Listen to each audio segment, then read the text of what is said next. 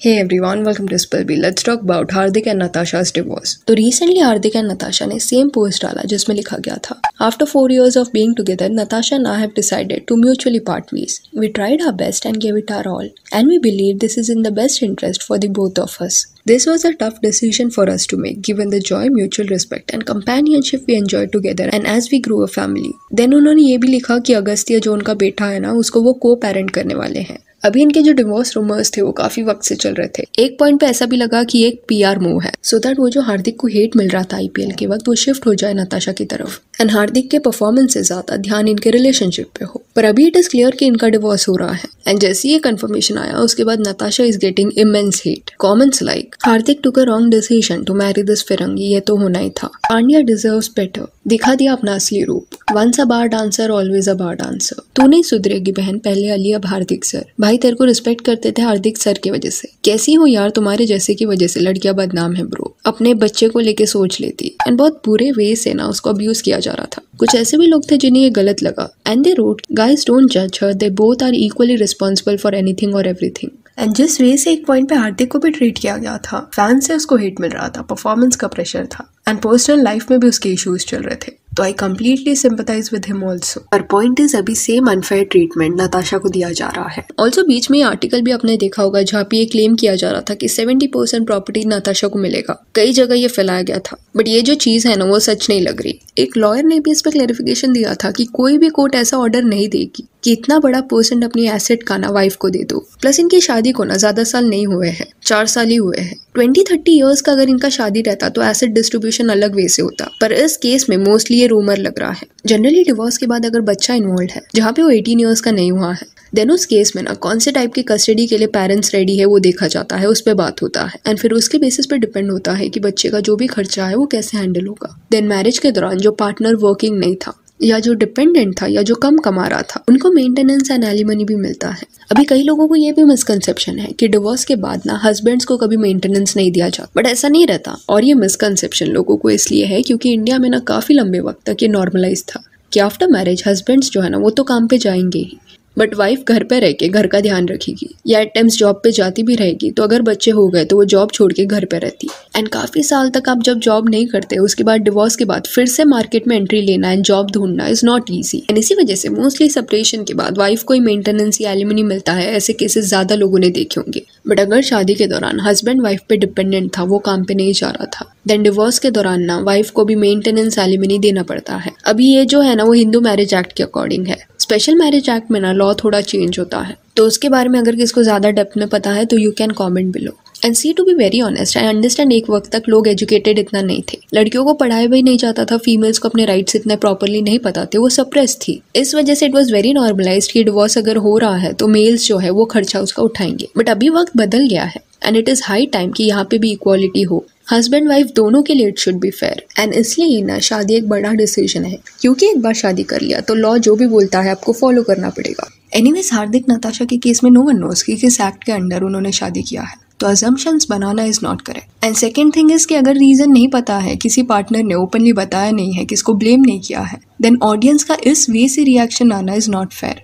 अगर किसने किसको ब्लेम किया है तो ओपिनियंस आना ऑडियंस का इज अंडरस्टूड। जैसे रिसेंटली दुबई की प्रिंसेस ने सोशल मीडिया पे बता दिया that her husband was cheating on her, इस वजह से वो उसको डिवोर्स दे रही है। वैसे केसेस में लोगों का गुस्सा होना, एक पार्टनर को ब्लेम करना समझ आता है, बट नताशा को अभी जो हेट मिल रहा है दैट इज नॉट जस्टिफाइड। लोगों को ये भी नहीं पता कि गलती किसका है, क्यों ये लोग डिवोर्स ले रहे हैं। ब्लेम उस पर डाला जा रहा है that she is not supporting her husband and उसे स्लट शेम किया जा रहा है, which is really sad that बिना जाने उसको टारगेट किया जा रहा है। अभी डोंट अज्यूम दिस कि शी इज अ वुमन, इसलिए आई एम सेइंग दिस। हार्दिक को भी अगर अजम्पशन के बेसिस पे हेट मिल रहा होता तो सेम स्टांस होता यहाँ पे भी। शिखर धवन का केस आप ले लो, उसको भी वी हैव कवर्ड क्लियरली। उसमें Shikhar was correct and divorce reasons openly बताए गए थे एंड उसकी वाइफ फॉल्ट में थी, उसको हरास कर रही थी, तो उस केस में शिखर के वाइफ पे ब्लेम डालना समझ आ रहा था। पर इस केस में आई फील कि people are actually being very harsh, slut shaming her just because वो डिवोर्स ले रही है एंड राइट। अभी ऑब्वियसली हार्दिक नताशा की जो शादी हुई थी वो कहीं ना कहीं जल्दबाजी में थोड़ा हुआ था, ऐसा देखने मिला। एक रश किया गया था उस वक्त पे ना, हार्दिक के फैंस के लिए वो वियर्ड भी था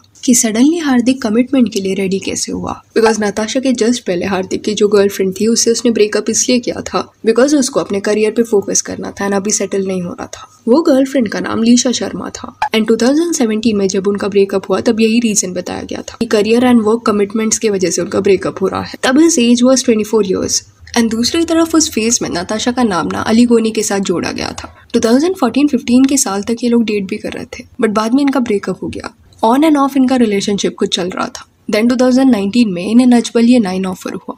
एज एक्सेस वो दोनों शो कर रहे थे। शो पे उन्होंने ऐसे दिखाया कि दोनों अपने लाइफ में ना सिंगल है एंड बीच बीच में इनके फैंस को ऐसे भी मोमेंट्स देखने मिले जिसे देख के उनको लगा कि इनका पैचअप हो जाएगा बट पैचअप नहीं हुआ। एंड 2019 में इट डिसाइड कि हार्दिक एंड नताशा ना रिलेशनशिप में आए। वो दोनों कोई तो एक क्लब में मिले थे एंड वहां से उनका फ्रेंडशिप शुरू हुआ एंड 2019 में they started dating each other. तो मोस्टली नजबलिए 9 के बाद ही ना नताशा ने हार्दिक को डेट करना शुरू किया होगा बिकॉज शो पे तो वो ऐसे एक्ट कर रहे थे एज इफ वो सिंगल है एंड उनका पैचअप होने का चांसेस है। एनीवेज ये शो के कुछ वक्त बाद ही 2020 के स्टार्ट में ही हार्दिक ने प्रपोज किया नताशा को। They got engaged. तब उसका एज 27 था, नताशा वाज 29। कुछ महीने बाद लॉकडाउन के पीरियड के दौरान दोनों ने शादी कर लिया।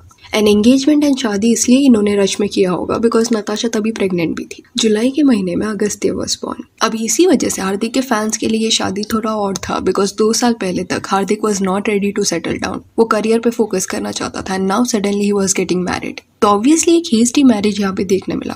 पर everyone needs to also understand this कि दोनों अडल्ट्स थे, दोनों का ये डिसीजन था टू गेट मैरिड। एंड अभी जब रिश्ता खत्म हुआ तब बिना रीजन समझे पूरा जो ब्लेम है वो एक पे डालना, क्या ये सही है? आई अंडरस्टैंड दिस कि हमारे यहाँ पे शादी एंड करना इज नॉट समथिंग जो लाइटली लोग लेते हैं, which is a great thing. Our values are amazing. पर डिवोर्स के मैटर्स को ऐसे टबू की तरह ट्रीट करना इज ऑल्सो नॉट करेक्ट। कुछ लोगों का अपने लाइफ में ऐसा ओपिनियन रह सकता है दैट अगर एक शादी में वो खुश नहीं है तो उसे खींचने में एंड एक अनहैप्पी वे से लाइफ कंटिन्यू करने में कोई पॉइंट नहीं है। वही दूसरे किसी पर्सन का ये ओपिनियन रहेगा कि इवन दो काफी ज्यादा प्रॉब्लम्स है स्टिल उनको अलग नहीं होना। दोनों सिनेरियोज में we should respect that person's decision. Reason being सब अपनी अपनी लाइफ जी रहे हैं, उनका choice whether they want to be in that marriage और नॉट। अदरवाइज सोसाइटी के प्रेशर की वजह से कितने लोग अनहैप्पी मैरिजेस को कंटिन्यू करते हैं एंड ऐसे केसेस में एट टाइम्स बच्चे बहुत ज्यादा सफर होते हैं। नॉट सेइंग वेस्ट की तरह डिवोर्स को हम एक्सट्रीमली नॉर्मलाइज करते हैं कि अरे अभी काफी साल हो गया, बोर हो गए, कोई और मिल गया तो सेपरेट हो जाते हैं। ये मैं नहीं बोल रही बिकॉज ऑब्वियसली अगर आप एक पर्सन के साथ काफी साल तक रहोगे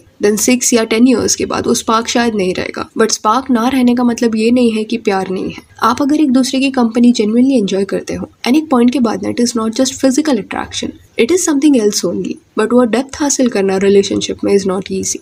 पर एट टाइम्स क्या होता है ना, कुछ लोग शादी तो कर लेते हैं बट लेटर ऑन उनको रियलाइज होता है कि दोनों एक दूसरे के लिए सही नहीं है एंड अगर वो लोग सेपरेट हो रहे हैं देन सिर्फ उसके लिए उनको हेट देना इज नॉट करेक्ट। ऑब्वियसली अभी हार्दिक नताशा के केस में काफी लंबा उनका रिलेशनशिप नहीं रहा था शादी से पहले, कुछ साल का relationship and they got married. तो मे बी शादी के बाद उनको रियलाइज हुआ होगा कि they are not the right fit. So yeah that's it for this video. Do let me know कि डिवोर्स के बाद नताशा को जो हेट मिल रहा है इस पे आपका क्या कहना है। If you want you can follow us on Instagram जिसका लिंक आपको डिस्क्रिप्शन में मिल जाएगा। और ये वीडियो अच्छी लगी तो लाइक एंड शेयर करें और ऐसे और अपडेट्स के लिए चैनल को प्लीज सब्सक्राइब करें। Thank you.